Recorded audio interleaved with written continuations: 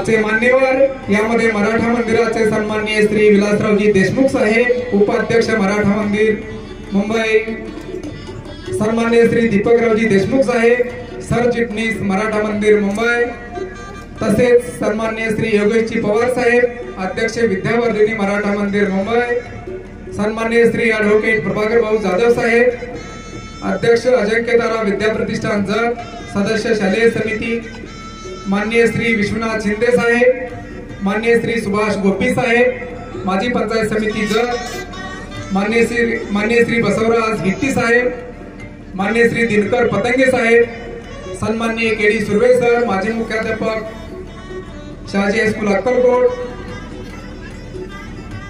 सौभाग्यवती देशपांडे मॅडम, माजी सहशिक्षिका सौभाग्यवती टंगसाळे मॅडम, तसेच सर्व मान्यवर, तसेच उपस्थित मान्यवर सर्व प्रायोजक, शैक्षणिक, सामाजिक, राजकीय, उद्योग क्षेत्रातील मान्यवर, पत्रकार, डॉक्टर्स, प्राचार्य, मुख्याध्यापक, प्राध्यापक, वकील, शिक्षक, शिक्षकेतर कर्मचारी, सर्व बाळगोपाळ, महिला भगिनी, आपल्या सर्वांचे प्रशालेच्या व मराठा मंदिर संस्थेच्या वतीने आपल्या सर्वांचे हार्दिक हार्दिक स्वागत.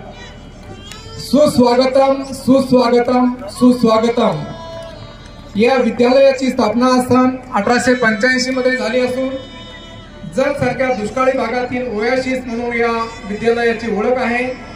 या विद्यालयाचे संचालन मराठा मंदिर मुंबई या अमृत महोत्सवी वर्ष पार केलेल्या संस्थेच्या कुशल मार्गदर्शनाखाली चालू आहे. गेली 29 वर्षे श्री ज्ञानेश्वर माऊली व्याख्यानमाला अखंडितपणे सुरू आहे. यंदाचे 30वे वर्ष आहे. या व्याख्यानमालेमुळे जतवासियांना एका आध्यात्मिक विचारपीठाचा लाभ प्रत्येक वर्षी जतवासियांना होत असतो.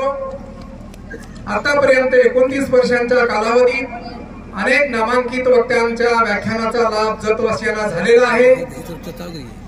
तरी या वर्षीच्याही व्याख्यानमालेचे पहिले पुष्प गुंफण्यासाठी माननीय श्री हरिभक्त परायण प्राध्यापक विश्वनाथ ढेपे सर मंगळवेढाहून येथे आलेले आहेत. त्यांचे आपल्या सर्वांच्या वतीने मनपूर्वक सहर्ष स्वागत करतो.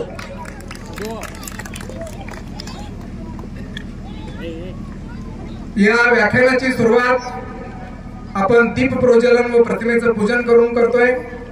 तेव्हा आजचे प्रमुख वक्ते यांना मी विनंती करतोय की आपल्या शुभ हस्ते आपण दीप प्रज्वलन व प्रतिमेचं पूजन करावं.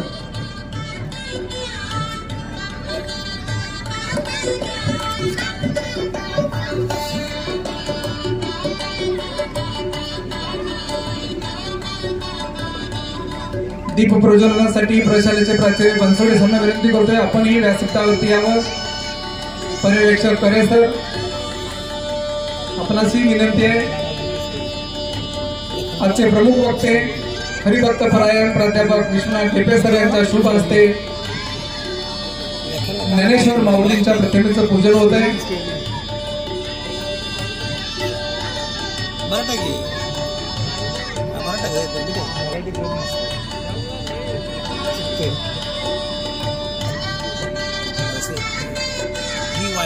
दीप प्रज्वलनासाठी आजचे प्रमुख वक्ते प्रशालेचे प्राचार्य बनसोडे सर, प्रशालेचे पर्यवेक्षक केटी करे सर.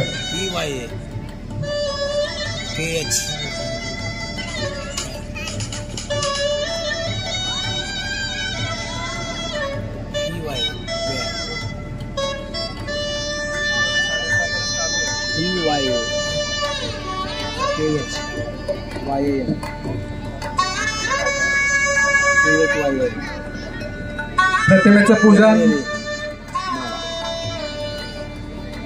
आजचे प्रमुख वक्ते सन्माननीय प्राध्यापक विश्वनाथ ढेपे सर करतायत.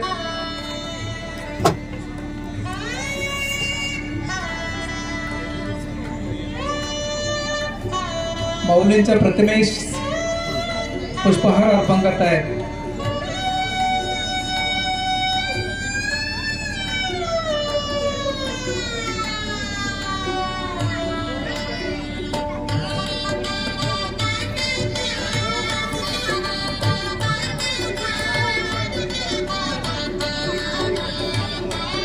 धन्यवाद सर.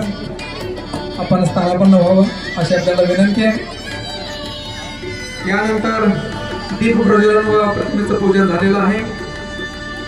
व्याख्यानाची सुरुवात आपण एका भक्तिगीतानं करतोय आणि भक्तिगीत गाण्यासाठी आपल्या प्रशालेची विद्यार्थिनी येथे वैष्णवी अंकुश माळे आणि साथ संगीत आहे हार्मोनियम,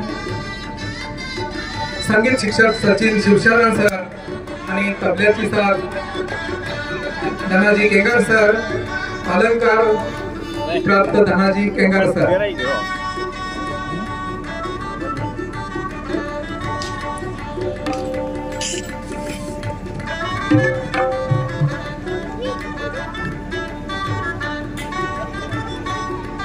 सर्वांना विनंती आपण स्थानापन्न व्हावं. सरांच्या समेत सन्माननीय श्री प्रतापराव शिंदे सर, माजी सरपंच तिप्पेहळी आलेले आहेत. आपलंही सहर्ष स्वागत आहे.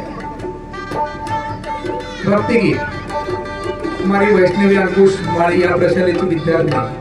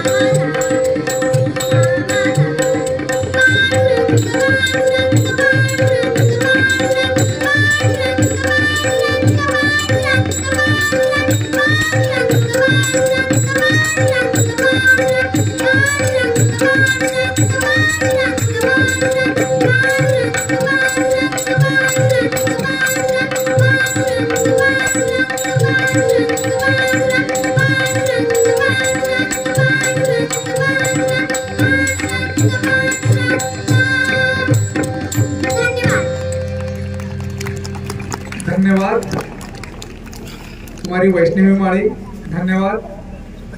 या भक्तिगीतानंतर मी प्रास्ताविक आणि स्वागत करण्यासाठी प्रशालेचे प्राचार्य श्री ML बनसोडे सरांना विनंती करतोय।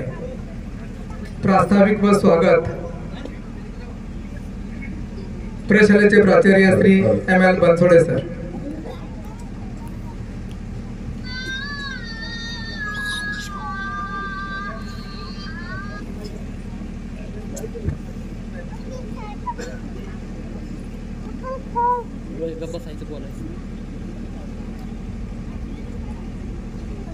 हॅलो,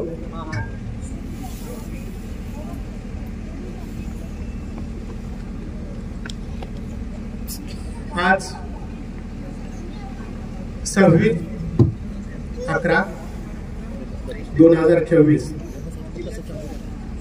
या ठिकाणी सर्व जमलेले श्रोते, जतवासीय, त्याचबरोबर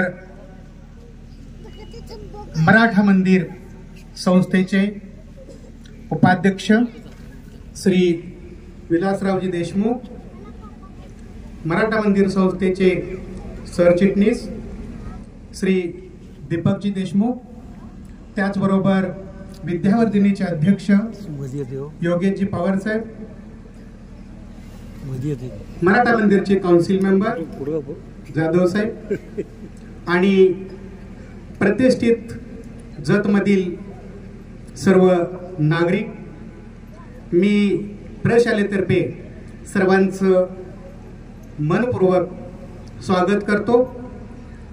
आज आपण या ठिकाणी जमलेलो आहोत आपल्या जतमधील SRM हायस्कूलचं एक वेगळं वैशिष्ट्य आहे आणि या माध्यमातून आपण लोकांच्या पर्यंत अनेक वेगवेगळ्या प्रकारचे विचार देत असतो आणि म्हणून आज आपण ह्या वर्षामध्ये एक हा जो कार्यक्रम आहे तो आयोजित केलेला आहे। आजच्या दिवसाचं वैशिष्ट्य अजून एक आहे, आज संविधान दिन आहे आणि या संविधान दिनाच्या निमित्त मी सर्वांना विनंती करतो की आपल्या संविधानाचा आदर राखणं, पालन करणं ही आपली नैतिक जबाबदारी आहे आणि ही जबाबदारी सर्वांनी पार पाडावी। शाळेच्या वैभवामध्ये जत वासियांचा खूप मोठा वाटा आहे। मी शाळेला अनेक वेळा भरभरून अशी देणगी देतात। ह्या कार्यक्रमाचं जे आयोजन आहे त्या आयोजनामध्ये ज्या सर्व लोकांनी सहकार्य केलेलं आहे, मदत केलेली आहे, त्या सर्वांचं मी या ठिकाणी पुन्हा एकदा स्वागत करून माझं प्रास्ताविक या ठिकाणी संपवतो। धन्यवाद सर। ही जी व्याख्यानमाला आपली अखंडितपणे सुरू आहे ती प्रायोजकांनी मराठा मंदिर मुंबई संचलित श्री रामराव विद्या मंदिर हायस्कूल व ज्युनियर कॉलेज जत च्या भव्य प्रांगणामध्ये श्री ज्ञानेश्वर माऊली व्याख्यानमाला वर्ष 30वे संपन्न होत आहे आणि त्यासाठी पहिले पुष्प गुंफण्यासाठी आपल्याकडे प्रमुख वक्ता म्हणून हरिभक्तपरायण प्राध्यापक विश्वनाथ शिवाजीराव ढेपे सर मंगळवेढा, आजचा त्यांचा विषय आहे समर्पण। सरांचं शिक्षण MSc, MA, MA, NET, SET. Sir Vidya Mandir high school व ज्युनियर कॉलेज सलगरे बुद्रुक या ठिकाणी कार्यरत आहेत। सरांनी शिवाजी विद्यापीठामध्ये MSc मध्ये सर गोल्ड मेडल आहेत, BEd मध्ये ते विद्यापीठामध्ये प्रथम आहेत, राज्यस्तरीय वक्तृत्व स्पर्धेचे विजेते आहेत, राज्यस्तरीय निबंध स्पर्धेचे विजेते आहेत। त्याचबरोबर मना सज्जना तुका म्हणे जाऊया देवाची गाव आहे लेख संग्रह सरांनी प्रसिद्ध केलेले आहेत. सरांचं नीट साठी मार्गदर्शनपर पुस्तक प्रसिद्ध झालेलं आहे. संपूर्ण महाराष्ट्रामध्ये अनेक ठिकाणी सरांनी प्रबोधनपर व्याख्यानं दिलेली आहेत. महाराष्ट्र साहित्य परिषद दामाजीनगर मंगळवेढा विद्यमान उपाध्यक्ष आहेत. सचिव प्रेरणा प्रतिष्ठान, त्याचबरोबर सरांना मिळालेले पुरस्कार आचार्य दोंदे आदर्श शिक्षक पुरस्कार, दैनिक दामाजी एक्सप्रेस साहित्य रत्न पुरस्कार, त्याचबरोबर अखिल भारतीय साहित्य संमेलन उदगीर जाऊ देवाची या गावा पुरस्कार, नीटचे मार्गदर्शक पुरस्कार, त्याचबरोबर स्वामी समर्थ प्रतिष्ठान सोलापूर उत्कृष्ट कीर्तनकार पुरस्कार, अशा या ढेपे सरांचा विषय आहे समर्पण. धन्यवाद. धन्यवाद सर. यानंतर आपल्या आजच्या प्रमुख वक्त्यांचा सत्कार होणं आवश्यक आहे आणि म्हणून आजच्या वक्त्यांचा सत्कार सन्मान करण्यासाठी आपल्या सर्वांच्या वतीनं मी आमच्या मराठा मंदिर संस्थेचे उपाध्यक्ष आणि आमचे मार्गदर्शक सन्माननीय विलासरावजी देशमुख साहेबांना नम्र विनंती करतोय की आपल्या शुभ हस्ते आपण आजच्या प्रमुख वक्त्यांचा यथोचित असा सन्मानाने सत्कार करावा. अगोदर त्यांचं करायला पाहिजे. काय आधी प्रायोजकांचं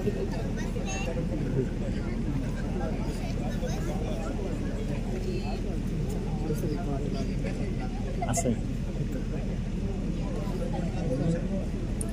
चांगलंच बोला. हा, आजच्या प्रमुख वक्त्यांचा सत्कार आणि सन्मान मराठा मंदिर संस्थेचे सन्माननीय उपाध्यक्ष आपल्या सर्वांचे मार्गदर्शक आदरणीय विलासरावजी देशमुख साहेबांच्या शुभ हस्ते संपन्न होतोय. आपण जोरदार टाळ्यांच्या गजरामध्ये त्यांचं स्वागत करूया. सन्मान होताना टाळ्या झाल्या पाहिजे.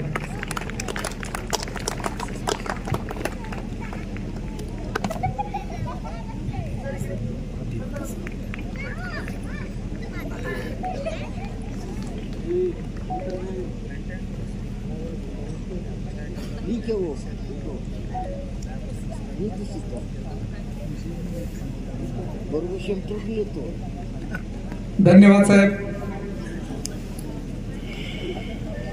आपण आपल्या शुभ हस्ते आजच्या प्रमुख वक्त्यांचा सन्मान आणि सत्कार केला. मनापासून धन्यवाद. यानंतर आजच्या वक्त्यांचा विषय आहे समर्पण. त्यांना मी विनंती करतोय की त्यांनी आमच्या शब्दांच्या प्रवासाला आम्हा श्रोत्यांना घेऊन जावं. तत्पूर्वी मी श्रोत्यांना विनंती करतोय की व्याख्यानानंतर पसायदानाने सांगता होईल. प्रशालेचे विद्यार्थी पसायदान म्हणतील. श्रोत्यांनी जागेवर बसूनच पसायदान म्हणावयाचे आहे. धन्यवाद.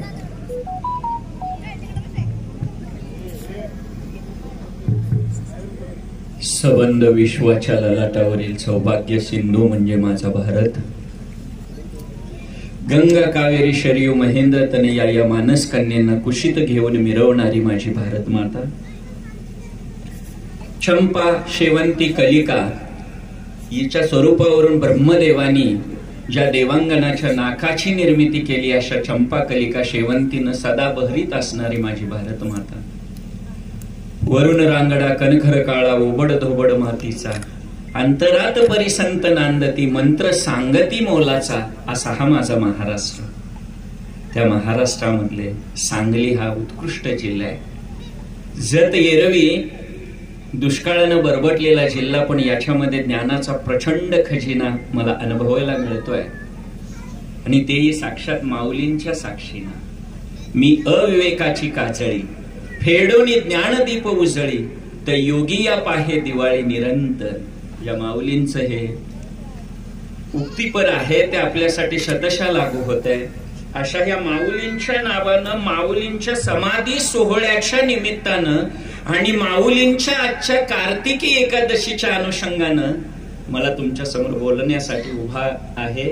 त्यानिमित्त या संकुलाचे तथा या संस्थेचे सन्माननीय उपाध्यक्ष आदरणीय सरचिटणीस, त्याचबरोबर विद्यावर्धनीचे अध्यक्ष, सर्वच मान्यवर मंडळी, खास मुंबईवरून एवढे 450 किलोमीटरचा प्रवास करून ते आले, समोर आहेत, त्यांचंही मनापासून स्वागत करतो. प्रशालेचे विद्यमान प्राचार्य, पर्यवेक्षक, आयोजक, संयोजक सगळ्यांचं मनस्वी स्वागत करतो. आपण सगळे श्रोते मंडळी, ज्ञाते मंडळी, बंधू भगिनी सगळ्यांचं स्वागत करतो. जीवाला देहाची गरज आहे, देहाला आत्म्याची गरज आहे, आत्म्याला हृदयाची गरज आहे, हृदयाला मेंदूची गरज आहे, मेंदूला विचाराची गरज आहे, विचाराला आचाराची गरज आहे, आचाराला विवेकाची गरज आहे, विवेकाला समर्पणाची गरज आहे.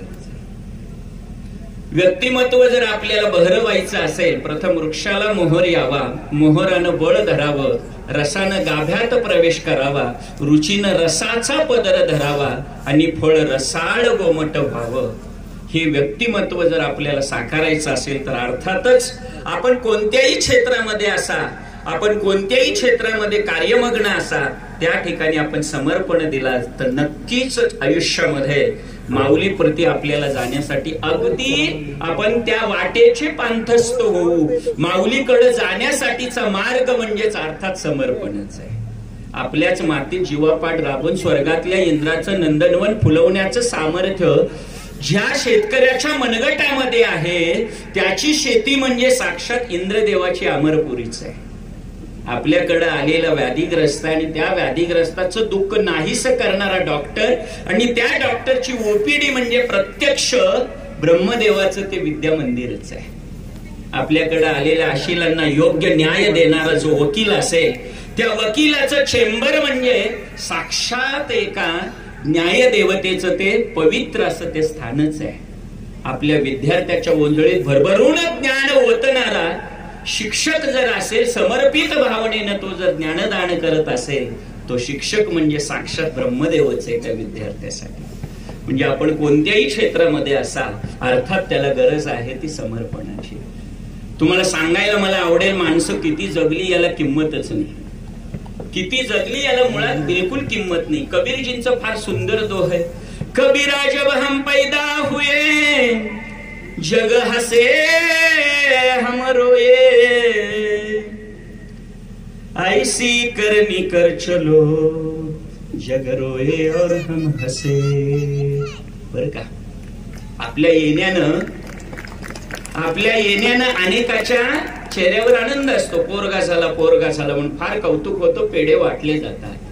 येण्याचं कौतुक जितकं महत्वाचं आहे ना, पण आपल्या जाण्यानं अनेकांच्या काळजाला घर पडावे.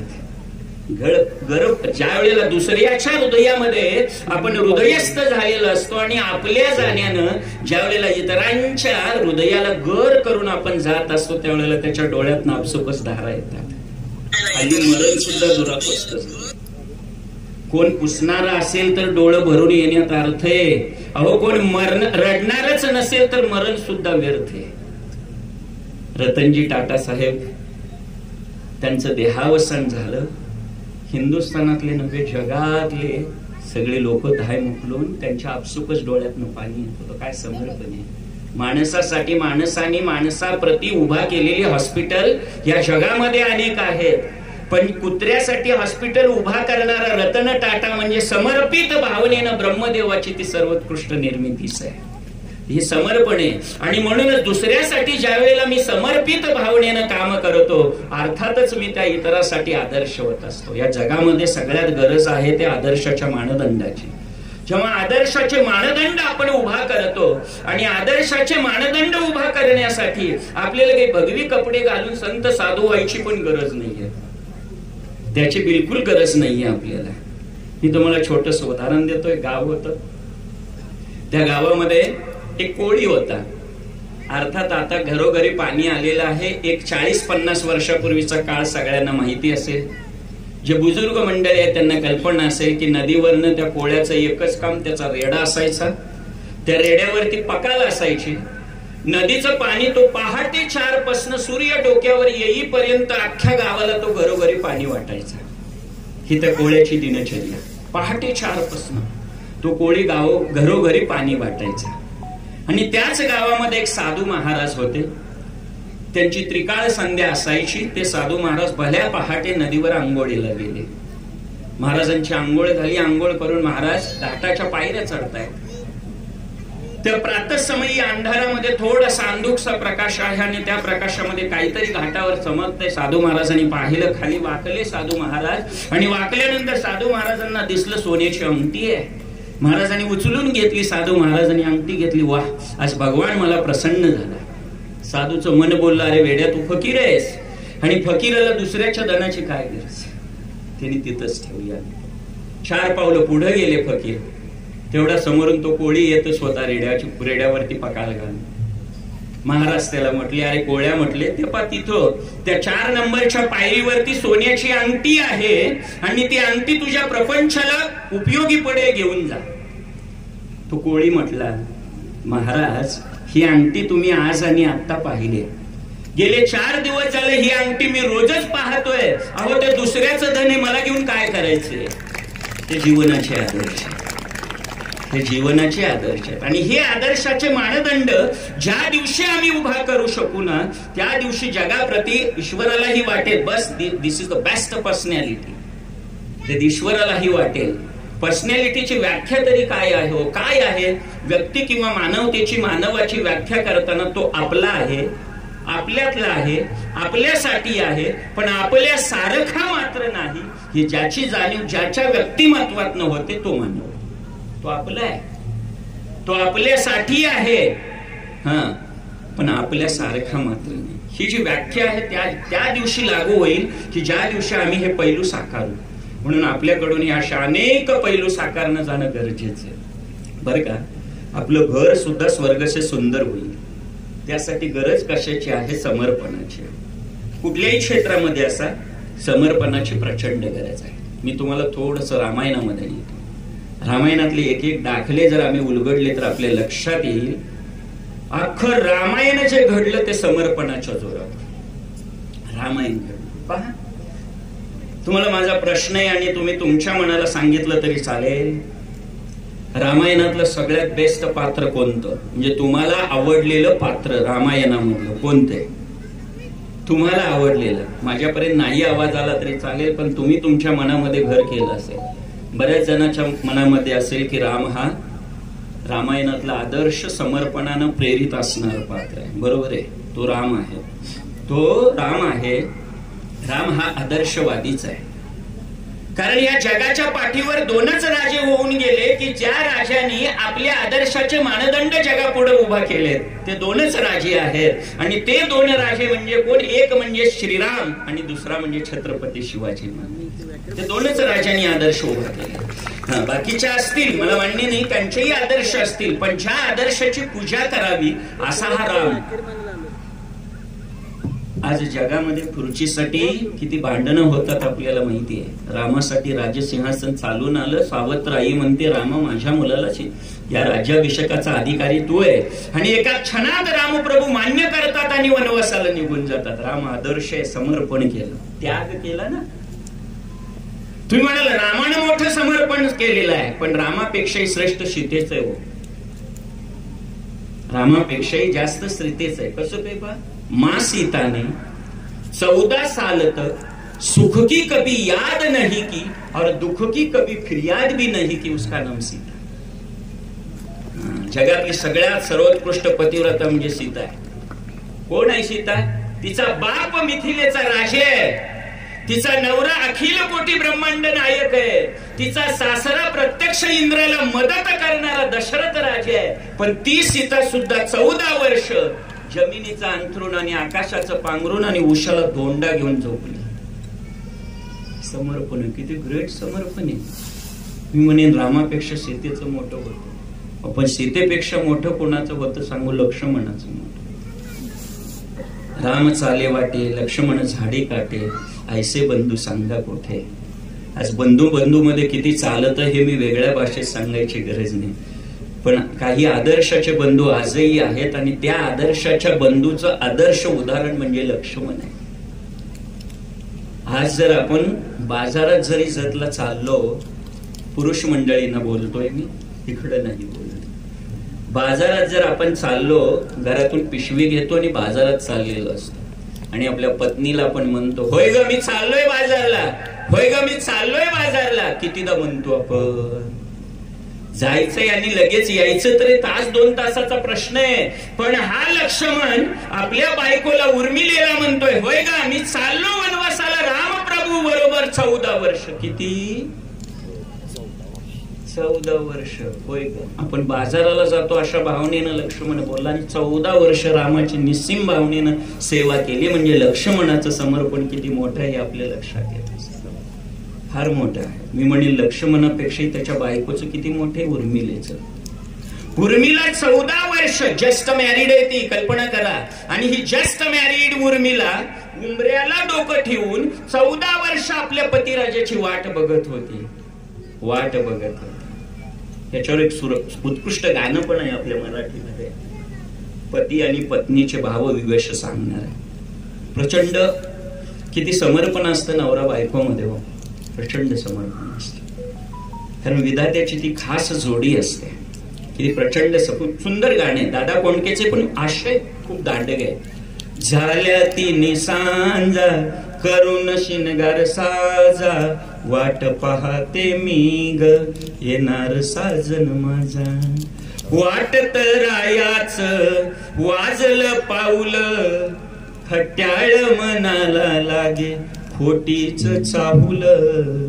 दिलाच्या देवाऱ्यात बांधीन मी पूजा, वाट पाहते मी ग येणार साजन माझा. हे गाणं दादा कोणकडे कोणासाठी लिहिलं हे मला माहित नाही, पण हे पक्क लागू होतं उर्मिलेसाठी. 14 वर्ष वाट बघत होती उर्मिला, 14 वर्ष ती वाट बघत होती. काय समर्पण आहे उर्मिलेचं, प्रचंड समर्पण आहे. आणि अशा ह्या उर्मिलेच्या समर्पणातनं ही नवरा बायकोची जोडी फार मोठी झाली. एक जर पात्र रामायणातले सांगायला लागलो ना मी, समर्पण ह्या रामायणात किती प्रचंड आहे याची ताकदच आपल्या लक्षात येईल. प्रचंड ताकद आहे समर्पणामध्ये, प्रचंड. हे सगळे वनवास वगैरे संपला, रावणाला मारलं. रावणाला मारल्याच्या नंतर अयोध्येला आले रामप्रभू, सगळे अयोध्येला आले.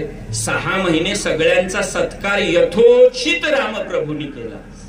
6 महिने गोडधोड जेवण वगैरे. सरते शेवटी सगळे राजे आले, म्हटले आता आम्हाला जाऊ द्या ना. म्हटलं जायचा दिवस ठरला. ठरल्याच्या नंतर सगळ्या जणांना रामप्रभूंनी त्या परीनं गिफ्ट दिलं. ज्याला त्याला ज्यांनी जशी मदत केलेली होती त्या पद्धतीनं गिफ्ट दिलं. सगळ्यांना गिफ्ट मिळालं रामप्रभूच्या साह्याचं. पण एक जण असाच राहिला होता, तो कडेला उभारलेला होता.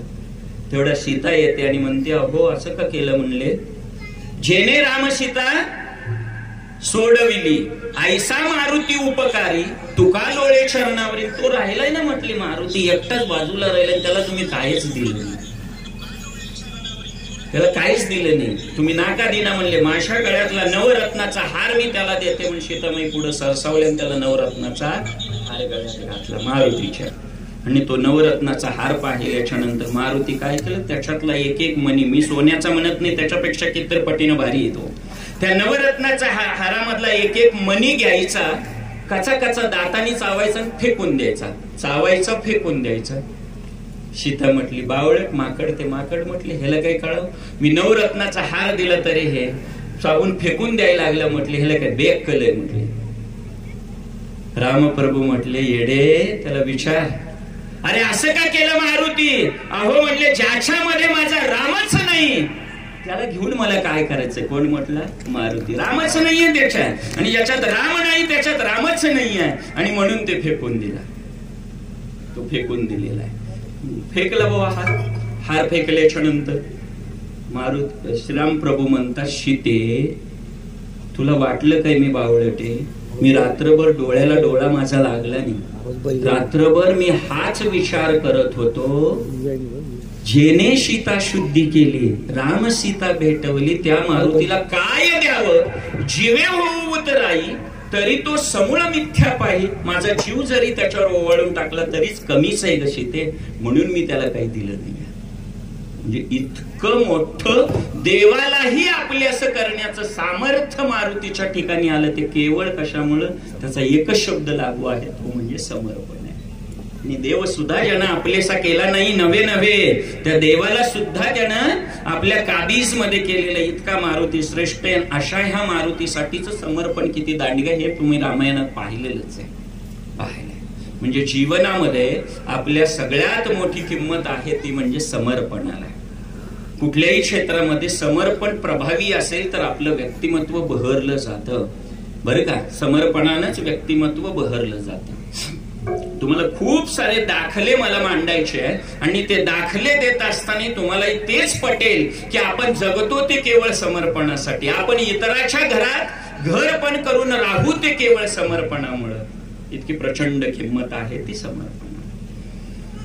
तुमच्या समोर ह्या समर्पणाविषयी बोलताना माझ्याशी एक गोष्ट आवर्जून मला सांगायची आहे. माऊलींच्या बाबतीत मला जेव्हा फोन आला आणि तो फोन आल्याच्या नंतर पहिल्यांदा माझे ज्यांच्यामुळे मी इथं आलेलो आहे, माझ्यावर बंधुतुल्य प्रेम करणारे आदरणीय प्रतापराव शिंदे सर, जे याच गावचे, त्यांच्या हाताखाली काम करण्याची मला संधी मिळाली. त्यांचा फोन आला की आमच्या जतमध्ये SRVM मध्ये अशी अशी व्याख्यानमाला. पुन्हा या विभागाचे विभाग प्रमुख पाटील सरांचा फोन आला, संत ज्ञानेश्वर माऊली व्याख्यानमाला. काय सुंदर. गेल्या 30 वर्षापासून 3 दशकाची ही परंपरा आहे आणि या 30 दशकाच्या परंपरेचे पाईक माऊली आहेत आणि त्या माऊलीच्या समाधी सोहळ्यानिमित्त ही व्याख्यानमाला आहे. आज एकादशी, उद्या द्वादशी, परवाला त्रयोदशी आणि त्रयोदशीला माऊलींचा समाधी सोहळा आहे. त्या माऊलीच्या कर्तृत्वावर काय बोलावं. माऊली समाधी घेत होते. माऊलीच्या समाधी सोहळ्याच्या वेळेला त्यांचे वडील बंधू आणि अर्थातच त्यांचे गुरु निवृत्तीनाथ, ते निवृत्तीनाथ धाय मोकलून रडायला लागले. अरे ज्ञाना, तू माझ्यापेक्षा लहान आहेस. मी अग्रज, तू अनुज, आणि अनुजानं अग्रजाच्या आधी जाणं आणि अग्रजानं त्याला पाठवणी करणं. रडायला लागले निवृत्तीनाथ. तुम्हाला इतिहास माहिती असेल ह्या 4 भावंडाचा. ही 4 भावंड, लहान लहान 4 भावंड, काय त्रास समाजाने दिला. समाज हा इतका बेगडी आहे, तुम्हाला सांगतो. ह्या बेगडी समाजाला तो प्रवाहपती तेवढाच असतो आणि समाजाबद्दल बोलायला मोठ्या मोठ्या व्याख्यात्यांच्या आणि मोठ्या मोठ्या साहित्यकारांचे शब्द सुद्धा अपुरे पडतील. ब्रह्मदेवालाही कोडं पडावं असे हे समाजातली मंडळी आहेत. म्हणजे एक छोटंसं उदाहरण देतो. मी माझ्या शेतामध्ये 2004ला बोर पाडली होती. 2004ला दुष्काळ होता, 2004ला बोर पाडली. ती बोर पाडल्याच्या नंतर दुष्काळ आहे, बोर पाडले, 300-400 फूट बोर गेले. थोडेस पाणी लागलेलं होतं. सगळे शेजारचे पाजारचे मंडळी सगळे आले आणि सगळी मंडळी येऊन पाहू लागले. दुसऱ्या दिवशी बोर टेस्टिंग करायला मोटार आतमध्ये घातली. शेजारी पाजारी सगळे आले. मोटर आत सोडली, केबल जोडली, स्टार्टर ऑन केला. स्टार्टर ऑन केल्याच्या नंतर पाणीच पडेना. पाणी सगळे म्हणाले काय विंडो काय तुम्ही. म्हटले पाऊसच पडला नाही, पाणी जमिनीच्या पोटातच नाही तर बोर मध्ये कुठून येणार. खपले म्हटले तुम्ही लाखभर रुपयाला. म्हटले वेडे रे वेडे. म्हटले वेडे. पैसे कुणाचे, पैसे कुणाचे, जमीन कुणाची, बोर कुणाचा आणि लेक्चर कुणाचे. झालो सगळे जिकडं तिकडे गेले. 10 मिनिटांनी आम्ही गड्याला म्हटलं बघलं का. म्हटलं त्या स्टार्टर मधल्या वायरी तर चेंज कर, उलट सुलट कर काहीतरी. त्या गड्याने स्टार्टर खोलला, वायरी उलट्या सुलट्या काय केल्या, बटन दाबलं, पाणी पडायला लागलं. ते गेलेले सगळे आले. बघा म्हणले आम्ही सांगत होतो पाणी इथंच आहे. समज आहे, गमतीचा समज आहे फार मोठा. समाज असा आहे, शामेलियन सरड्याने बघत राहावं. अरे शमी रंग बदलतो पण माझ्यापेक्षा हे दर सेकंदाला रंग बदलतात. माझ्याही पुढचं वर्ष नाही हे समाज. म्हणजे अशा या समाजामध्ये यांच्यासारख्यांना किती त्रास झाला. माऊली भिक्षांदेही म्हणून आळंदीमध्ये जातात. त्यांच्या झोळीमध्ये पीठ भरलं जातं. विसोबा सारख्याने ते झोळी पालती करावी. पडलेलं पीठ पुन्हा याने भरू नये म्हणून त्या पीठावर पायानं ते पीठ पसरवावं. इतक्या वेदना द्याव्या. एवढ्यावर तो विसोबा थांबत नाही. माऊलींच्या गालामध्ये एक जोरात कानफाडीत लावतो. बिचाऱ्याच्या हळकुंडासारखी पिवळी धमक कांती क्षणार्धात सफरचंदासारखी लालबुंद झाली. माऊली म्हटले आता जगण्यात काय अर्थ आहे? हे जगूच देत नाही लोक, खाल्लेलं खाऊ देत नाही, तर जगण्यात काय अर्थ आहे? माऊली आले ताटीमध्ये, ताटीचा दरवाजा माऊलीनं बंद केला. ताटीचा दरवाजा बंद केलेली माऊली ठरवते आता जगण्यात काय मजा आहे. ज्याच्यासाठी आलो होतो ते जगणंच आता संपलं, म्हणून माऊली ताटीचा दरवाजा बंद करून आत जातात. माऊलींचं वय किती हो? माऊलींचं वय 10 वर्ष. सोपान काका 8 वर्षाची, मुक्ताई 6 वर्षाची. आणि ती 6 वर्षाच्या मुक्ताईनं पाहिलं की आपला बंधू ताटीचा दरवाजा बंद करतोय आणि तो काही उघडत नाही. तो इहलोकाचीच यात्रा संपवण्याचा त्याच्या डोक्यामध्ये विचार आहे. आणि ती मुक्ताई म्हणते ज्ञानदादाला, तुम्ही तरा विश्व तारा, ताटी उघडा ज्ञानेश्वरा. संत जेने व्हावे तेने जग बोलणे सोसावे. तुम्ही तरा विश्व तारा, ताटी उघडा ज्ञानेश्वरा. ती मुक्ताई ताटीचे 65 अभंग गायले. इहलोकाची यात्रा संपवणाऱ्या ज्ञानराजाच्या डोक्यामध्ये आता त्याच्या मेंदूमध्ये विचार येऊ लागला की मुक्ती इतकं सुंदर गाते आणि इतकी सुंदर रचना प्रस्तुत करते, तिचे शब्द काळजाला भिडले. अहो शब्दच असे असतात, दुसऱ्याच्या हृदयात घर करतात ते शब्द, दुसऱ्याच्या घरातनं उतरवतात ते शब्द, जीवाला जीव द्यायला लावतात ते शब्द, जीवातला जीव काढून टाकतात ते शब्द, दुसऱ्याच्या ओठावरती स्मित हास्य फुलवतात ते शब्द, दुसऱ्याच्या जीवनात आनंद निर्माण करतात ते शब्द. अहो दुसऱ्याला यातना देतात ते शब्द. अहो शब्द माणसं जोडतात, शब्द माणसं. आणि मुक्ताईच्या या शब्दाने इतकी प्रचंड किमया झाली ज्ञानराजाच्या डोक्यामध्ये. आणि ज्ञानदादा ठरवतो, काय ठरवलं पहा, पुढे जाऊन तुम्हाला सांगू. ह्या ऐश्वर्यवान पुरुष म्हणून ह्या पृथ्वी तलावर रावणाचा उल्लेख केला जातो, राजा रावणाचा. राजा रावणाने 2 प्रतिज्ञा केल्या होत्या. 2 प्रतिज्ञा अशा होत्या रावणाच्या. एक म्हणजे खारा समुद्र गोडा करेन, ज्याला सायन्सच्या भाषेमध्ये डिसॅलिनेशन ऑफ वॉटर म्हणतात. खारा समुद्र गोडा करेन आणि स्वर्गाला सीडी लावी आणि सगळे लंकेतले लोक स्वर्गाला घेऊन. प्रतिज्ञा केली होती, प्रतिज्ञा केली होती. प्रतिज्ञा पण अशी असावी की ती प्रतिज्ञा इतरांसाठी आदर्शवादी असावी. भीष्म प्रतिज्ञा आपण म्हणतो, भीष्म प्रतिज्ञा. थोडस तुम्हाला मी महाभारतात नेतो आणि पुन्हा भारतात आणतो बरं का. भीष्माची प्रतिज्ञा आपल्याला माहिती आहे. भीष्म प्रतिज्ञा केली खरं तर श्रीकृष्णाने. श्रीकृष्णाने प्रतिज्ञा केली. श्रीकृष्ण आणि शिशुपाळाचं प्रचंड वाकड. शिशुपाळ म्हणजे श्रीकृष्णाचा आत्ते भाऊ. प्रचंड वाकड. वाकड येण्याचं कारण रुक्मिणी. श्रीकृष्णाची धर्मपत्नी कोण? रुक्मिणी. ती रुक्मिणी उपवर झाली होती, लग्नाला आली होती. तिचा वडील आणि तिचा भाऊ दोघं विचार करतात रुक्मिणी द्यायची कोणाला. वडील म्हणायचे श्रीकृष्णाला द्यायची आणि भाऊ म्हणायचा शिशुपालाला द्यायचे. दोघांचं भांडण झालं, दोघांचं कडाक्याचं भांडण. दोघांनी ठरवलं आता आपण कुणाला विचारूया, रुक्मिणीलाच विचारूया ना म्हटले. कुणाला तिला वरायचंय. दोघं आले रुक्मिणी बरोबर. अहो रुक्मिणी म्हटले आता तू कुणाबरोबर विवाह करण्याला उद्युक्त आहेस? रुक्मिणीनं उत्तर सुंदर दिलं. शिशुपाल नवरा नवरी मी, श्रीकृष्ण नवरा नवरी मी. कळले का? मराठीचे कौतुक कळले का आपल्या? शिशुपाल नवरा नवरी मी, श्रीकृष्ण नवरा नवरी मी. शिशुपाल जर नवरा असेल तर नवरी मी, श्रीकृष्ण नवरा असेल तर नवरी मी.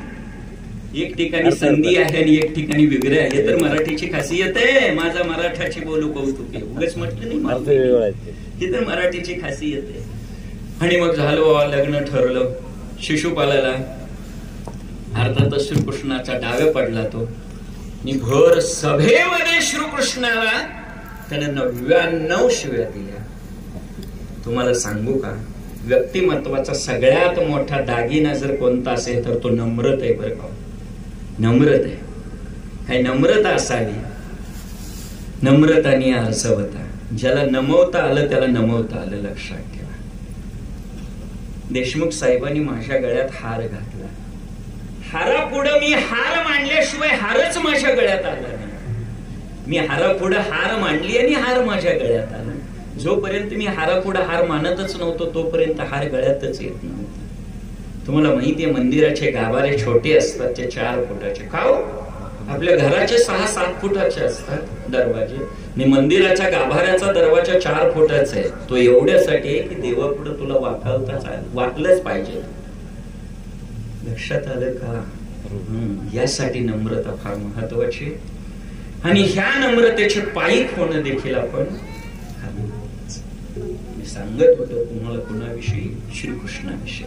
99 शिव्या सहन केल्या. 100व्या शिवी त्यांनी हसडल्या श्रीकृष्णाने सुदर्शन चक्र सोडलं आणि शिरपात केला शिशुपालाचा. शिशुपाल गतप्राण झाला. आई रडत आली. अर्थातच श्रीकृष्णाची आत्या येते. ती रडाई लागली. प्रचंड रडाई लागली. आत्याच्या वेदना सहन झाल्याने श्रीकृष्ण ही भावना विवश झाले आणि भावविवश झालेल्या श्रीकृष्णाने त्या दिवशी सुदर्शन चक्र खाली ठेवलं आणि सांगितलं इथून पुढे चक्र मी शस्त्र हातात घेणार. प्रतिज्ञा कोणाची? श्रीकृष्णाची. पण ती प्रतिज्ञा भग्न करायला लावली. देवाला प्रतिज्ञा भग्न करा. देव काय किती सामर्थ्य आहे. माऊलीचं सुंदर वर्णन आहे. मी बोलविल्या वेदू बोले, मी चालविल्या सूर्यू चाले, मी हलविल्या प्राणू हले, जो या जगाते चालविला. माऊली सुंदर देवाची व्याख्या माऊलीने केली आहे. देव कोण आहे? मी बोलविल्या वेदू बोले, वेद माझ्यामुळे बोलतात. मी चालविल्या सूर्यू चाले, सूर्य माझ्यामुळे चालतो. आणि तुमच्या शरीरातला प्राणवायू आणि हृदय तुमचं मी चालवतो म्हणूनच आहे. त्या हृदयाचं पंपिंग बंद करायचं माझ्याच हातात आहे. असा हा देव. आणि त्या देवाला सुद्धा प्रतिज्ञा मोडायला लावतो कोण? भीष्म प्रतिज्ञा लावतो मोडायला. तुम्हाला माहितीये महाभारतामध्ये भीष्माने अशी लढाई केली, अशी अर्जुनाबरोबर लढाई केली की सरते शेवटी त्यालाही काय करावं लागलं? शस्त्र देवाला घ्यायला लावलं आणि त्याला शरपंजरावर पहोडायला लावलं. ही ताकद कुणाच्या? भीष्माच्या प्रतिज्ञेची आहे. ही तर व्याख्या आहे. इतकं मनगटामध्ये नेत आहे. सळसळतं चैतन्य आणि हे सळसळतं चैतन्य येतं ते केवळ कशाच्या जोरावर? समर्पणाच्या. मी माऊली विषयी बोलत होतो. महाभारतामधून आपण भारतात आलो. माऊलीने प्रतिज्ञा केली आणि ती सार्थकी पण लावली. माऊलीने प्रतिज्ञा. रावणाची प्रतिज्ञा फेल झाली कारण त्यानं खारा समुद्र गोळा केला नाही. शिडी स्वर्गाला लावली नाही, फेल झाली. पण यांची प्रतिज्ञा, यांची काय प्रतिज्ञा? अवघाची संसार सुखाचा करी, आनंदे भरीन तीही लोके. यांची प्रतिज्ञा आणि ती त्यांनी खरी करून दाखवली. ताटीच्या बाहेर आले आणि ताटीच्या बाहेर आल्यानंतर माऊलींनी पुढचं कर्मक्रिया तुम्हाला सगळ्यांना माहिती आहे. आणि त्या माऊलींना प्रत्यक्ष ज्यावेळेला संजीवन समाधी सोहळा देताना कोण रडतात? निवृत्तीनाथ रडतो, नामदेव राय रडतात, वारकरी रडतात, संत रडतात. अहो एवढंच नाही, देव सुद्धा रडायला लागले. पांडुरंग देव सुद्धा रडायला लागले. रुक्मिणी तिथंच होत्या. रुक्मिणी म्हणते निवृत्तीनाथाचा तो भाऊ आहे म्हणून तो रडतोय. सोपान काकाचा भाऊ आहे म्हणून तो रडतोय.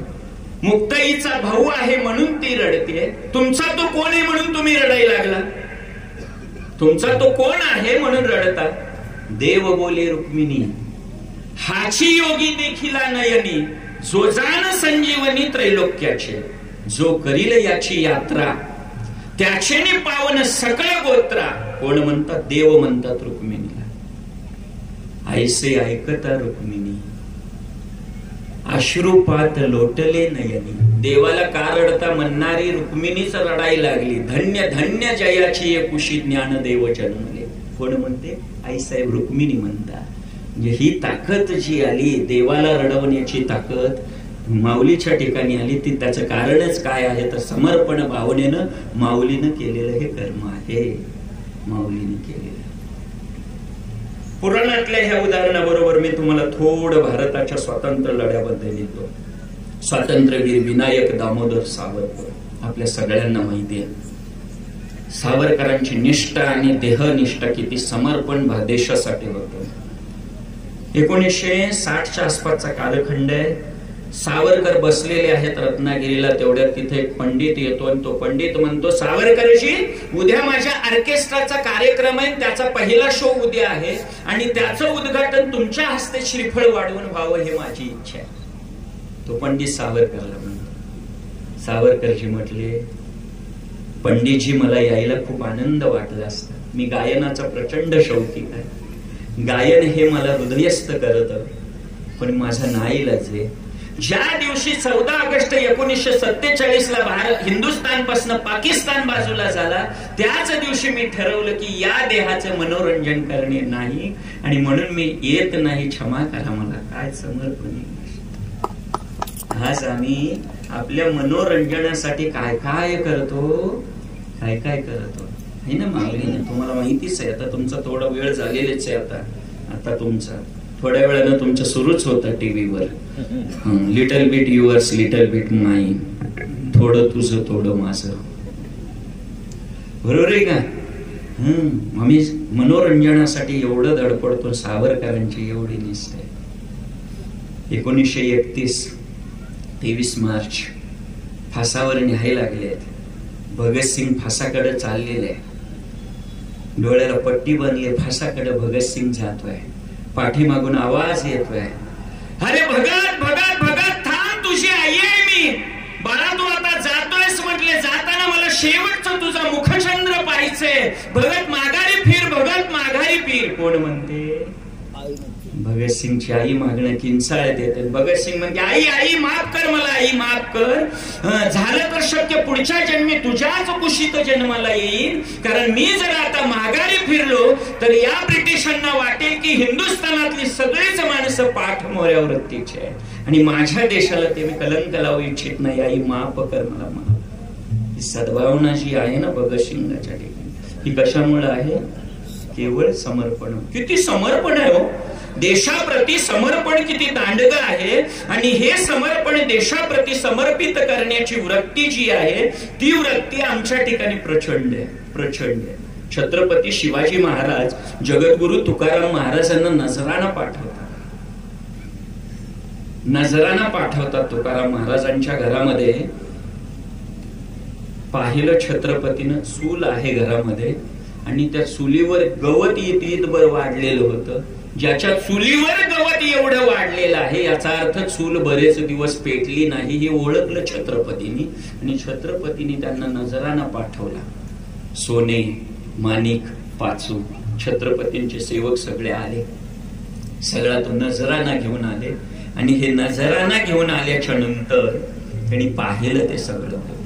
काय म्हटले? छत्रपतीनं पाठवले, तुमच्या राजाला माझा नमस्कार सांग.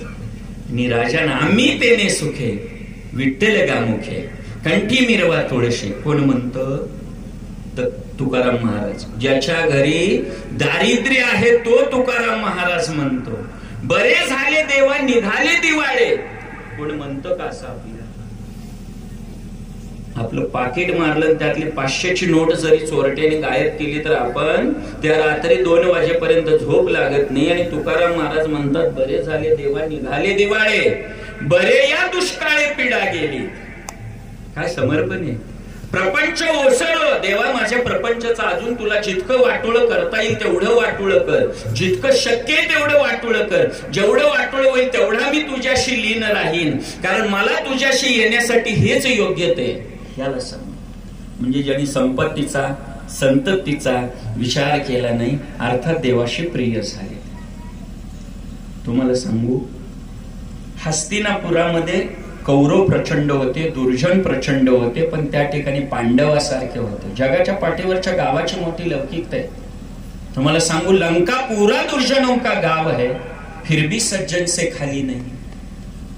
अयोध्या पूरा सज्जनों का गाव है फिर भी दुर्जन से खाली नाही. तिथं एक परीट भेटलंच आणि त्यांनी साक्षात देवाचीच निंदा केली.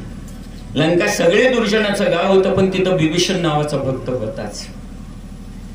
आणि अख्ख्या लंकेचा उद्धार रावण ऐश्वर्याच्या जोरावर करू शकला नाही, पण बिभीषणानं अख्खी लंका उद्धारून नेली ती केवळ कशाच्या जीवावरती, तर समर्पणाच्या जीवावरती. म्हणून समर्पणाच्या ठिकाणी प्रचंड अशा पद्धतीची ताकद आहे. जीवनातली आपली सगळी इप्सित साध्य होतात ती समर्पणाच्या जोरावर. बरं का, आपण तर माणसं आहोत आणि हल्ली समर्पणच गायब झालेलं आहे. आम्ही सुखाच्या मागे लागलो आणि त्याच भावनेनं आम्ही समर्पण भावनाच विसरून गेलो.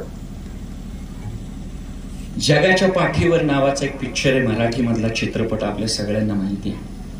गदिमाने त्याचं सुंदर गाणं लिहिलंय, सुधीर फडकेने ते गायलेलं आहे, संगीत पण त्यांचंच आहे, बाबूजींचं.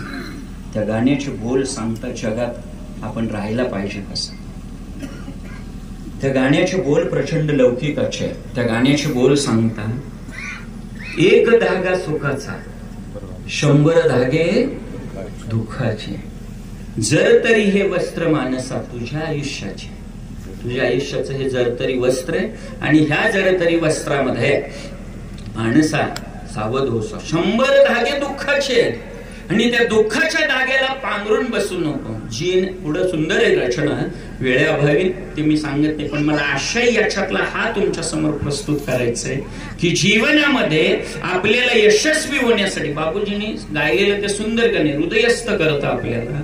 आणि त्यामध्ये गदिमांचा आशय किती प्रचंड आहे. आमान कळले हात त्या विणकराचे, ते कोणी विणली शाल माहित नाही, पण ती शाल आम्हाला इतकी सुंदर दिलेली आहे. आणि ह्या शालीला जर सजवायचं असेल आणि जाताना इतरांच्या डोळ्याच्या कडा आम्हाला ओल्या करायच्या असतील, तर त्यासाठी मात्र समर्पण गरजेचं आहे. मी सुरुवातीलाही बोललो, आताही शेवटाकडे येताना तेच बोलतो. आपण पाहतो रंगीत वसने तारुण्याची गदिमा लिहितात. तरुण मुलांचं तर काही खरं नाहीये. समर्पण नावाची भावनाच निघून गेली. मला इथलं तुमच्याकडे चांगलं दिसतं कॅम्पस वगैरे, मगाशी सर दाखवत होते, पाटील सर वगैरे, करे सर, पाहत होतो सुंदर कॅम्पस, सुंदर विद्यार्थी. पण हल्लीच्या विद्यार्थ्यामध्ये व्यासंग नावाची गोष्टच हरपून गेलेली आपण पाहतो. व्यासंग नावाचे संघ विद्यार्थीच व्यासंगापासून कोसोमय दूर गेलेले आपण पाहतोय. त्याचं कारणच हे की विद्यार्थ्यामध्येच मला शिकायचंय. एकलव्य केव्हाच गायब झाले, अर्जुन केव्हाच गायब झालेले. तुम्हाला द्रोणाचार्यांनी आपल्या शिष्यांची घेतलेली परीक्षा सगळ्यांना माहिती आहे. शिष्यांची परीक्षा घेतली, एक झाड आहे भलं मोठं, त्या भल्या मोठ्या झाडाला एक पक्षी टांगलेला आहे उंच. त्या पक्षाच्या डावा डोळा उडवायची ही परीक्षा आहे. सगळे शिष्य, सगळ्यात अर्थात पहिल्यांदा पुढे आला दुर्योधन. म्हणला पहिला नंबर माझा. उथळ पाण्याला खळखळाट फार, हातात बाण घेतला. बाण घ्यायच्या आधी गुरुजीने विचारलं, मला सांग दुर्योधना, तुला काय काय दिसतंय? गुरुजी, मला आपलं गाव हस्तिनापूर दिसतंय, ते झाड दिसतो, पक्षी दिसतो, फेल म्हटले. पुन्हा भीम दादा आला, भीमा तुला काय दिसतं? मला झाड दिसतं, पक्षी दिसतं, फेल. सगळेच फेल झाले. सर ते शेवटी अर्जुनाला विचारलं, तुला काय दिसतं? गुरुजी, मला त्या पक्षाचा डोळा तेवढा दिसतो, तो पण डावा. उडव. बाण सोडला, डोळा उडवला. हे सामर्थ्य अर्जुनाच्या ठिकाणी आलं, कारण समर्पित भावनेनं गुरुची केलेली सेवा आहे. सद्गुरु वाचून सापडेना सोय, धरावे ते पाय आधी आधी, माऊलींचेच उद्गार आहे. आणि अशा ह्या माऊलींच्या बघा, म्हणजे आपल्याला समर्पित भाव कुठल्याही क्षेत्रात, विद्यार्थ्यांनी शिक्षकाप्रती समर्पित व्हावं, शिक्षकांनी विद्यार्थ्याप्रती व्हावं, डॉक्टरांनी पेशंट प्रति व्हावं, वकिलांनी आपल्या आशीला प्रति व्हावं, शेतकऱ्यांनी मातीशी समर्पित व्हावं. आणि अशा समर्पित भावनेनं जर आपण करू तर आपला घर स्वर्गशे सुंदर. समारोपाकडे येत असताना मला तुम्हाला काही आवर्जून अशी गोष्ट सांगायची. गोष्ट अशी आहे, पहा, एक घर पेटलेलं होतं, घर पेटलेलं बरं का. आणि ते पेटलेलं घर विझवायचं काम एक साळुंकी पक्षिणी करत होती. साळुंकी पक्षिणी काय करायची, आपल्या सोचीतल्या एक थेंब पाण्यानं ती घर विझवायचा प्रयास करायची. एकच थेंब पाणी आणायची, त्या पेटलेल्या घरावर टाकायची. तेवढ्या तिथं कावळा येतो. तो कावळा म्हणतो, साळुंकी काय बावळट आहे, घर एवढं पेटलेलं आहे, घराच्या ज्वाळा आकाशाला भिडताय आणि तुझ्या चोचीतल्या एक थेंब पाण्यानं ही आग विझणार आहे होय ग? साळुंकीनं उत्तर मोठं मार्मिक दिलं. साळुंकी म्हणते, कावळ्या तू बाहेरून पण काळा आणि आतून पण काळाच केली. घर एवढं पेटलेलं हे मलाही दिसतंय, माझ्या चोचीतल्या एक थेंब पाण्यानं ही आग विझणार नाही हे मलाही कळतंय, पण तरीही मी माझा प्रयास करत आहे, कारण माझं नाव आग लावणाऱ्याच्या यादीत नको तर आग विझवणाऱ्याच्या यादीत यायला. हा प्रयास आहे, हा प्रयास आहे. आणि अशा पद्धतीचा प्रयास जर आपल्या हातून घडत असेल, काय समर्पण आहे ते साळुंकी पक्षिणीच, ते घर विझवायचं तिला माहितीये तरी तिचं कार्य चालूच आहे, कार्य चालूच आहे. या सगळ्या समोर झाडं आपल्याला दिसतात, या झाडं किती समर्पित भावनेनं आपल्याकडे बघतात. खांडोनी या घाव घाली का जयाने लावणी केली, दोघाशी दे सावली वृक्ष जैसा.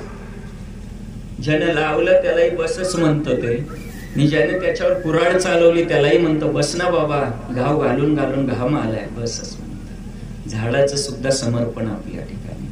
म्हणजे इतकं जर ईश्वराची सर्वोत्कृष्ट निर्मिती जर मानव आहे, तुम्हाला सांगू का, अनेकांना जीव मानव देह मिळालाच नाही, आणि मिळाला नसल्यामुळे कळाला नाही. काहींना कळाला पण मिळाला नाही. देवांना कळालंय मानव देहाची किंमत किती आहे, पण त्यांना मिळाला नाही. आम्हाला मिळाला पण बऱ्याच जणांना कळाला नाही. तुम्ही आला, तुम्हाला कळालंय, कारण माऊलींचं वैभव एवढं ते तुमच्या लक्षात आलंय. आणि माऊलींच्या नावाप्रती इतकं मोठं आजकाल व्याख्यान मला दुरापस्त होत असताना 30 वर्षाची तपश्चर्या आणि 30 वर्षाचं समर्पण हे संकुल लावत आहे, आणि लोकांप्रती आजही 30 वर्ष 3 दशक काम करत आहे. त्याचा मोठा आनंद आहे. काय समर्पण आहे गावासाठी, समर्पण त्या प्रायोजकांचं आहे की ज्यांनी त्यांची आहुती अखंड चालू आहे, आणि ते सुद्धा सांगतात जे तर ज्ञानाचा पुरवठा, हे शाळा म्हणजे ज्ञानाचा पुरवठा आहे, घर आहे ते तर सेवा हा दारवंटा, ज्यांचा सन्मान आपण केला ते सुद्धा सगळे या सोहळ्यामध्ये आहुती टाकतात. आणि असा हा सोहळा वृद्धिंगत करण्यासाठी अनेकांनी आपापल्या परीनं जे समर्पित भावनेनं काम करतात, त्या सगळ्यांना कोटी कोटी कोटी धन्यवाद देतो. धन्यवाद एवढ्यासाठी देतो की हा सोहळा आणि माऊलींना इतरापर्यंत नेण्याचं सामर्थ्य ही व्याख्यान मला देते. माऊली इतरापर्यंत जायला हवेत बरं का. उगीच नामदेवराया म्हटले नाही, नामा म्हणे ग्रंथ श्रेष्ठ ज्ञानदेवी, आणि एकतरी ओवी अनुभवावी, इतकी प्रचंड आहे. तुमची आई तुम्हाला 2 हातांनी बोलवते आणि 2 हातांनी कडेवर घेते. माऊलीच्या ज्ञानेश्वरीतल्या 9000 ओव्या म्हणजे 9000 हात आहेत त्या माऊलीचे, आणि ते 9000 हात आपल्याकडे बोलवतात. त्या एक एक ओवी जर आपण अनुभवली, कर्मयोग माऊलीने मांडलाय, ज्ञानयोग माऊलीने मांडलाय, माऊलीने भक्ती योग मांडलेले आहे, आणि ते जर आपण वाचले तर काय माऊलींची योग्यता आणि काय समर्पण आहे. ज्यांनी खाऊ दिलं नाही त्या जगासाठी ते म्हणतात, जे खाळांची व्यंकटी सांडू. विचार नका करू त्यांचा, नका करू, तया सत्कर्मी रती वाढो. बाबा त्याच्या पण हातनं एक दिवस चांगलं काम घडेल. काय पॉझिटिव्हिटी आहे, इतकी पॉझिटिव्हिटी त्यांच्याकडे पहा. म्हणजे ज्यांनी खाऊ दिलं नाही त्यांच्या प्रती सुद्धा ते भलं चिंततात. चिंतने सरेतो का. आणि म्हणून ना ज्ञानदेव माऊलींच्या समाधी सोहळ्याला देव सुद्धा रडतो, रखुमाई आई साहेब रडताय, आणि इतकी योग्यता त्यांच्या ठिकाणी आहे. या संतांचा कॅप्टन म्हणजे माऊली आहेत. एक एक संतांविषयी बोलायचं. आमच्या मंगळवेळेचा चोखा मेळा काय समर्पण होता. हरिजन कुळामध्ये जन्मलेले चोखा मेळा. हा चौका मेळा पांडुरंगाच्या दर्शनाला आले. पांडुरंगाच्या गाभाऱ्याच्या समोर उभा राहतात, पण तिथल्या लोकांनी त्यांना काही आत जाऊ दिलेलं नाही, कारण हा हरिजन आहे. हा हरिजन आत जाऊ देणार. चोखा म्हणतो, अरे बाबा ऊस डोंगा परी रसनो हे डोंगा, माझ्या बाह्य अंगाकडे बघू नका. नदी डोंगी परी नीर नो हे डोंगे. नदी वाकडे रे पण पाणी वाकडं नाहीये. तुम्हाला दिसतात माणसं वाकडे, पण चोखा तसा नाहीये. चोखा डोंगा परी भाव न हे डोंगा. अरे माझा भाव बघा, तरी लोक काही आज जाऊ दे ना. चोखा हताश झाले. परत त्या पावलानं माघारी आले मंगळवेढ्याला. आल्यानंतर मंगळवेढ्याचा किल्ला अंगावरती त्यांच्या ढासळला. त्यात चोखा गतप्राण झाला. पांडुरंग नामदेवाला बोलतात, नामदेवा जा मंगळवेढ्याला आणि माझ्या चोख्याचे हाडं गोळा करून आण. नामदेवराय जातात, चोखाचे हाडं गोळा करून आणतात आणि देवा म्हटले, देवानी स्वतःच्या हाताने पांडुरंगाने ती हाडं स्वतःच्या पायरीला चोखोबाची समाधी बांधली. नामदेवे प्रत्यक्ष केले हे कर्म. नामदेवाला ती समाधी बांधायला लावली आणि पांडुरंग आज सुद्धा ठणकावून सांगतोय भडव्यानो, तुम्ही माझ्या चोखाला आत घेतले नाही, पण आज तुम्हाला त्या चोखाचं पहिल्यांदा हरिजनाचं दर्शन घ्यावं लागेल आणि मग माझं दर्शन आहे. आधी चोख आहे देवाच्या बाहेर, आधी चोखाचं दर्शन आहे मग देवाचं दर्शन आहे. हे चोखोबाला सुद्धा देव इतके प्रिय आणि देवाला एवढं ते चोखोबा प्रिय, याचं कारण आहे चोखोबाची भक्ती आहे. बरं का, चोखोबाची भक्ती देवाच्या समोर नेते आणि देव त्याला आपल्या जवळ करतात. न पाहे याती कुळाचा विचार. देव त्याची जात बघत नाही, कुळ बघत नाही, आणि फक्त पाहतो त्याच्या ठिकाणचा सद्भाव पाहतो. आणि सद्भाव तेव्हाच निर्माण होतो समर्पणातनं. संतांच्या ठिकाणी समर्पण होतं, कारण जे जे देखी जे भूत ते मानिजे भगवंत, या समर्पित भावनेनं संत काम करत होतात. आणि अशा संतांच्या दृष्टीनं समर्पण भावना तुमच्या माझ्या मनामध्ये यावी, हाच या व्याख्यानमालेचा विचाराचा परामर्श आहे. आणि हाच विचार परामर्श घेऊन आम्ही काम करत आहोत. आपला व्यवसाय कोणताही असो, व्यवसाय सगळ्यांनाच अर्थ पाहिजे. अर्थ त्याच्या जीवनात आहे ज्याच्या जीवनात अर्थ आहे. त्याच्या जीवनातच अर्थ नाही, त्याच्या जीवनात अर्थ नाही. पण अर्थार्जनासाठी नको ते समर्पण पण काही कामाचं नाही आहे. नाहीतर आम्ही चोर झालो आणि समर्पित भावनेनं काम करायला लागलो, नका करू.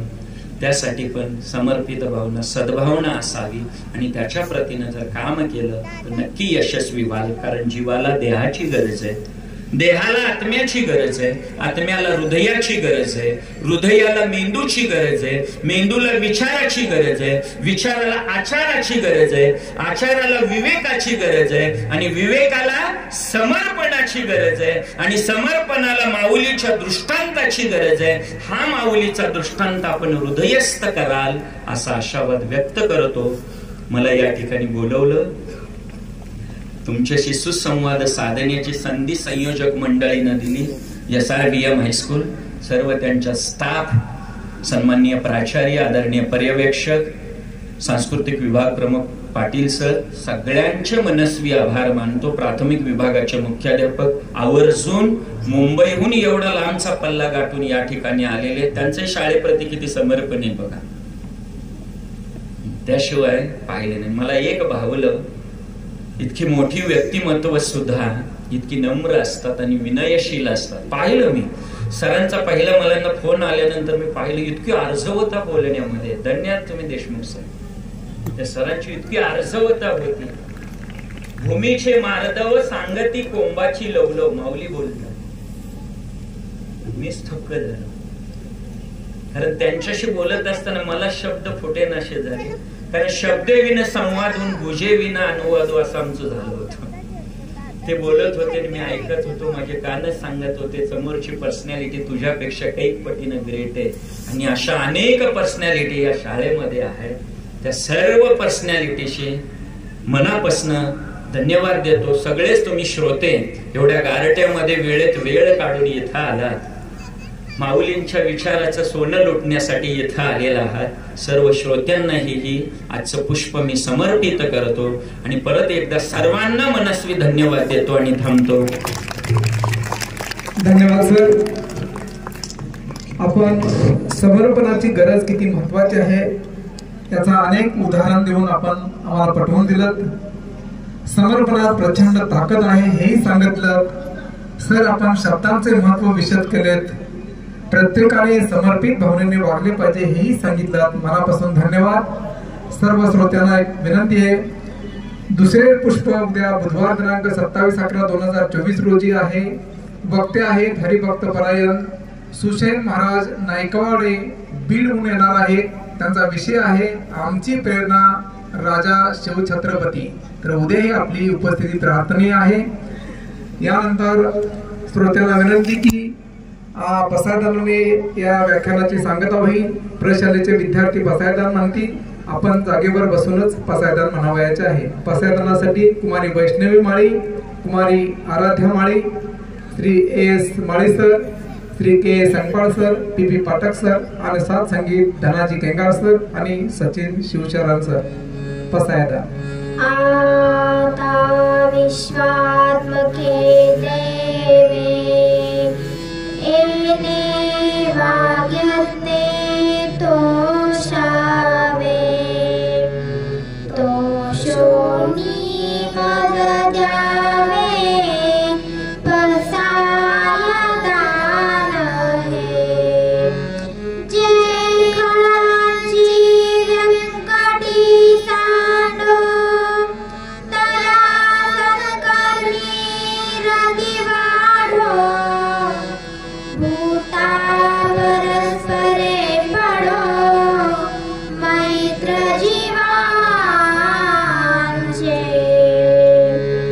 दुरितांचे तिमिर जावा विश्ववदना सूरे पाहो जो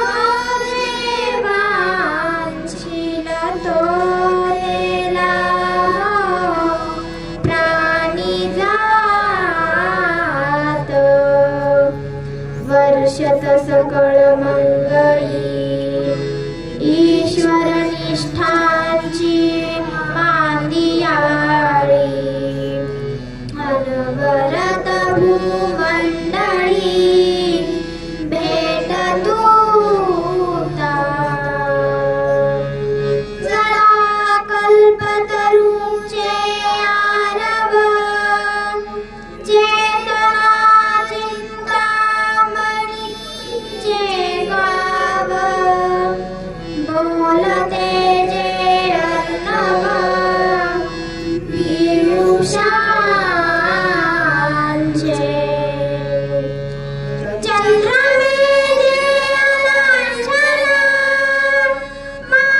मातंडाचे तापहीन ते सर्वांनी सदा सज्जन सोय रे होतु किंबहुना सर्व सुखी पूर्ण होऊनी तिरोगी भजिलो आई पुरुषी अखंडित